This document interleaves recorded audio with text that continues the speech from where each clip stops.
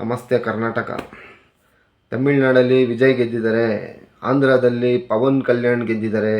ಕರ್ನಾಟಕದಲ್ಲಿ ಯಾರು ಯಾವ ಹೀರೋನ ಗೆಲ್ಲಿಸ್ಬೇಕು?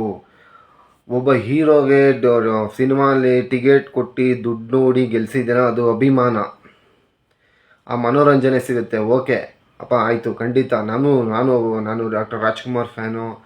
ನಾವು ರಾಜ್ಕುಮಾರ್ ಸಿನಿಮಾನ ಶಬ್ದವೇದಿ, ಒಡ ಹುಟ್ಟಿದವರು ಎಲ್ಲ ನಾವು ಥಿಯೇಟ್ರಲ್ಲಿ ನೋಡಿದ್ದೀನಿ. ಅದಾದ ನಂತರ ಟಿ ವಿಲೂ ನೋಡ್ತಾನೆ ಇರ್ತೀನಿ. ನಾನು ವಿಷ್ಣುವರ್ಧನ್ ಅಭಿಮಾನಿ ಕೂಡ, ಇಡೀ ಕನ್ನಡ ಚಿತ್ರರಂಗದ ಅಭಿಮಾನಿ. ನಾನು ಸಿನಿಮಾ ಹುಚ್ಚು, ನನಗೂ ತುಂಬ ಇದೆ.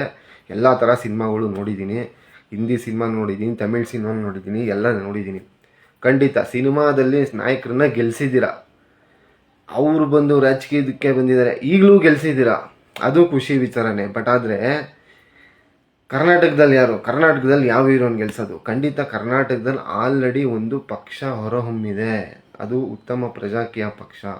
ಅಪ್ಪ ಉಪೇಂದ್ರ ಈ ಥರ ರೋಡ್ ಶೋ ಮಾಡಲ್ಲ, ಪವನ್ ಕಲ್ಯಾಣ್ ಥರ ಅಬ್ಬರದ ಭಾಷಣ ಮಾಡಲ್ಲ, ಇಲ್ಲಿ ರ್ಯಾಲಿ ಇಲ್ಲ, ಆಮೇಲೆ ಅಲ್ಲಿ ಒಂದಷ್ಟು ಜನ ರೋಡ್ ಶೋ ಮಾಡುವಾಗ ಒಂದು 40-50 ಜನ ಸಾಯಬೇಕು, ಆ ಸತ್ತ ಮೇಲೆ ಒಂಥರ ಏನು ಜನದ ಕ್ರೇಜು, ಬಾ ಬಾ ಬಾ ಬಾ ಬಾ ಅಂತ ಈ ಥರ ಎಲ್ಲ ಜನ ಹೊಗಳಬೇಕು. ಆವಾಗ ಜನ ಎಮೋಷ್ನಲ್ ಬ್ಲ್ಯಾಕ್ಮೇಲ್ ಆಗಿ ಉಪೇಂದ್ರ ನಿಂತ್ಕೊಂಡಿದ್ದಾರೆ, ಉಪೇಂದ್ರ ರೋಡ್ ಶೋ ಮಾಡ್ತಾ ಇದ್ದಾರೆ ಅಂತ ಹೇಳಿ ಆಗ ಉಪಜಾಕಿಯ ಗೆಲ್ಲಬೇಕು. ಈ ರೀತಿ ದಡ್ಡ ಥರ ಪ್ರಚೋದನೆ ಮಾಡ್ತಾಯಿದ್ದೀರಾ, ಪ್ರಜಾಕೀಯದ ಬಗ್ಗೆ ಪ್ರಚಾರ ಮಾಡ್ತಾಯಿದ್ದೀರಾ.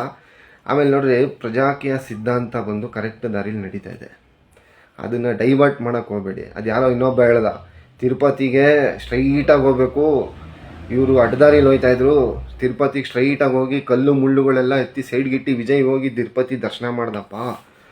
ತಿರುಪತಿಗೆ ಸ್ಟ್ರೈಟಾಗೇ ಹೋಗ್ಬೇಕು.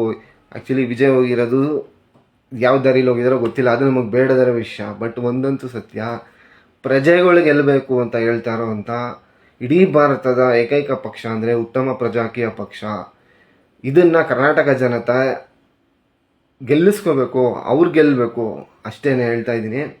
ಬಟ್ ಇಲ್ಲಿ ನಾಯಕನ್ನ ಗೆಲ್ಸಿದ್ದೀರಾ, ನೋಡೋಣ ನಮ್ಮ ಪ್ರಜಾಕೀಯ ಪಕ್ಷದಲ್ಲಿರೋ ಸಿದ್ಧಾಂತದ ಥರ ಅವರು ಪಾರದರ್ಶಕದ ಆಡಳಿತ ಕೊಡ್ತಾರ, ಆ ಏರಿಯಾಗೆ ಎಷ್ಟು ದುಡ್ಡು ಬಂದಿದೆ ಅನುದಾನದ ದುಡ್ಡು, ಅದನ್ನು ಕರೆಕ್ಟಾಗಿ ಖರ್ಚು ಮಾಡಿ ಇಷ್ಟು ಮಿಕ್ಕಿದೆ ಇಷ್ಟು ಲೆಕ್ಕ ಕೊಡ್ತೀವಿ, ಜನಗಳ ಬೇಡಿಕೆನೇ ಪಕ್ಷದ ಪ್ರಣಾಳಿಕೆ ಅಂತ ಮಾಡ್ತಾರ, ಅಥವಾ ಒಂದಷ್ಟು ಜನ MLAಗಳನ್ನ ಗುಡ್ಡೆ ಹಾಕ್ಕೊಂಡು ಪಕ್ಷ ಕಟ್ಟಿ ಇವತ್ತು ಗೆದ್ದಿದಾರಲ್ಲ, ಅವ್ರು ಹೂಡಿಕೆ ಮಾಡಿರೋ ದುಡ್ಡನ್ನ ಅವ್ರು ಎತ್ತೋದಕ್ಕೆ ಅವ್ರಿಗೆ ದಾರಿ ಮಾಡಿಕೊಡ್ತಾರ.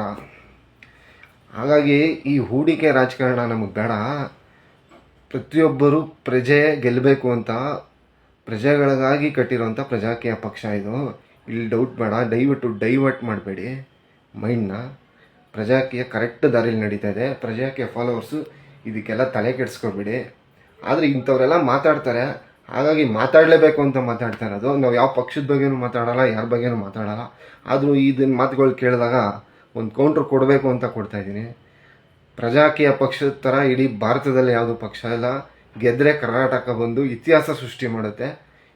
ಇದನ್ನು ನೆನಪಲ್ಲಿಟ್ಕೊಂಡು ಕರ್ನಾಟಕ ಮತದಾರರು 2028ಕ್ಕೆ ನಾವೆಷ್ಟು ಬುದ್ಧಿವಂತರು, ನಾವು ಯಾರು ಅಂತ ತೋರಿಸೋವಂಥ ಟೈಮು 2028ಕ್ಕೆ ತೋರಿಸಿ, ಇಲ್ಲಿ ಕರ್ನಾಟಕದಲ್ಲಿ ಯಾರು ಪ್ರಜೆನೇ ನಾಯಕ ಅನ್ನೋದನ್ನ ಪ್ರೂವ್ ಮಾಡಿ ಅಷ್ಟೇ. ಪ್ರಜೆಗಳಿಂದ ಪ್ರಜಾಕೀಯ, ಪ್ರಜೆಗಳಿಗಾಗಿ ಪ್ರಜಾಕೀಯ, ಪ್ರಜೆಗಳಿಗೋಸ್ಕರ ಪ್ರಜಾಕೀಯ, ಮಟ್ಟ ಹಾಕಲು ರಾಜಕೀಯ, ನಮ್ಮಿಂದ ನಮಗಾಗಿ ನಮಗೋಸ್ಕರ ಎಂದು